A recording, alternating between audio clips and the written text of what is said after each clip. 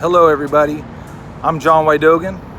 This is Natural Freedom League and it's Moral Law Monday, number 11. Today is September 21st. Happy fall.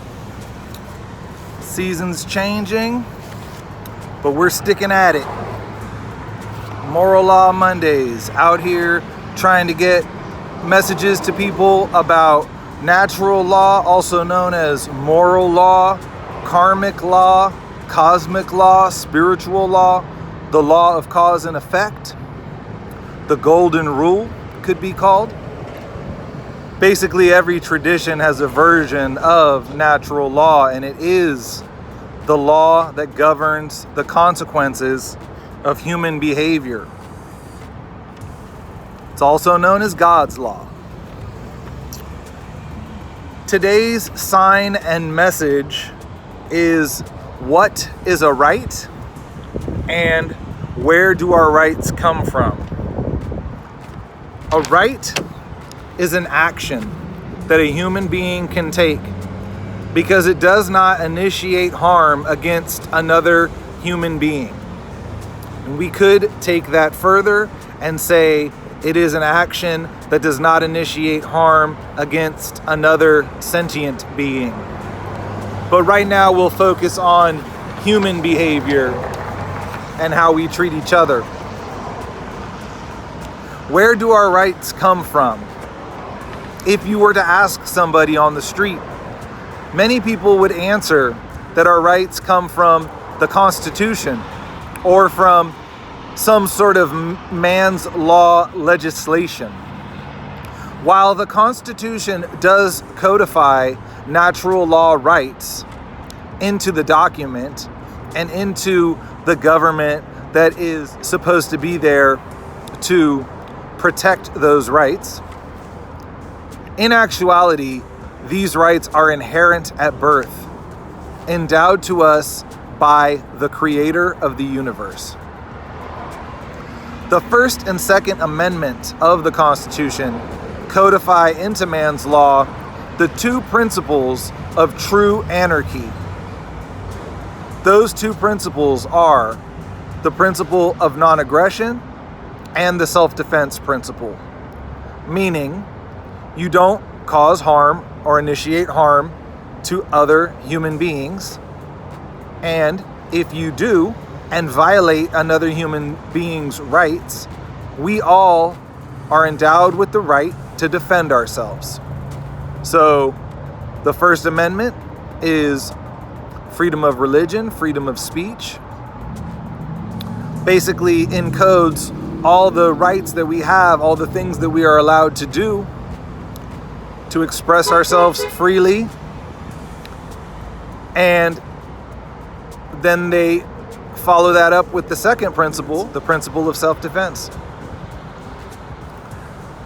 Perhaps the government should have stopped there. Obviously, people need to be educated in not only behaving morally and not violating other people's rights, but we also need to be raised and educated to have the courage and the ability to defend ourselves, either with our hands or with a weapon if necessary.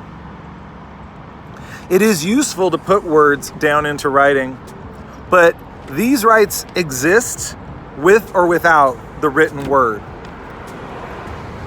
If all documents were destroyed, these rights would still exist, as they are encoded into the fabric of reality.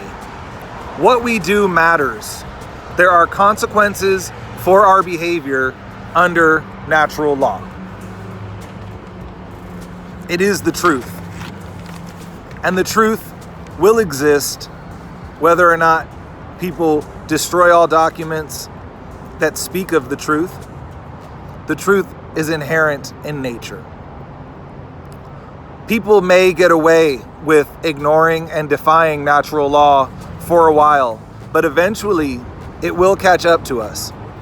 If we all continue to ignore these moral and spiritual laws and continue to behave immorally, We will either destroy ourselves or the universe and nature will take care of it for us.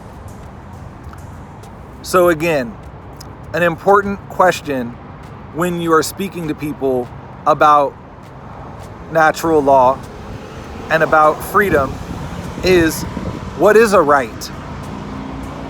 Most people don't even know that. And also, where do our rights come from? Many people also do not know that, as they think that they were given to us by another human. No rights can be given to you by a human, and no rights can be taken away from you by a human. Even if a group of humans gather together and decide to create a society where they have rules that are in opposition to the laws that are inherent in nature, they still don't have the right to delegate to someone else to violate your rights. We have a long way to go. We have a lot of work to do to actually create a moral society. But this type of language is growing, and a lot of people are thinking this way, and a lot of people are obviously watching the decline of society based on man's law. So, continue to detach from the system, continue to speak out, continue to imagine a different world. We've always known a world where we are under man's law. We've never really known a world of true freedom. Look up the definition of anarchy, even though they've tried to change the definition, and the new modern connotation of anarchy is chaos. If you look up the definition, there is a part in there where it says a society, a utopian-like society. That is the true definition. Living under natural law, knowing your rights, and continuing to speak out and teach people about natural law. All right, everybody. This is Moral Law Mondays, number 11. The message today is, what is a right? And where do your rights come from? And I will see y'all next Monday. Peace. Raffled it off, and then all of a sudden, he came by, and Sarah was at home, I was working, and she didn't answer the door, so he left a note, an official note. I'll be back to get your response, required by law. I was like, motherfucker, please, I hope I'm here when you come. Yeah. But really shit, he rings my doorbell, and I'm home. So I slide open the window, and I'm like, can I help you? He's like, oh, hey, how's it going? Just here to collect your response. It's a 10-minute survey. We'll get it done quick. And I'm like, no, I didn't invite you here. No, I just gave him a big old spiel. His jaw was to the floor. And what did he end up doing? He's just like, oh, okay, well, that's a response. I'll take that.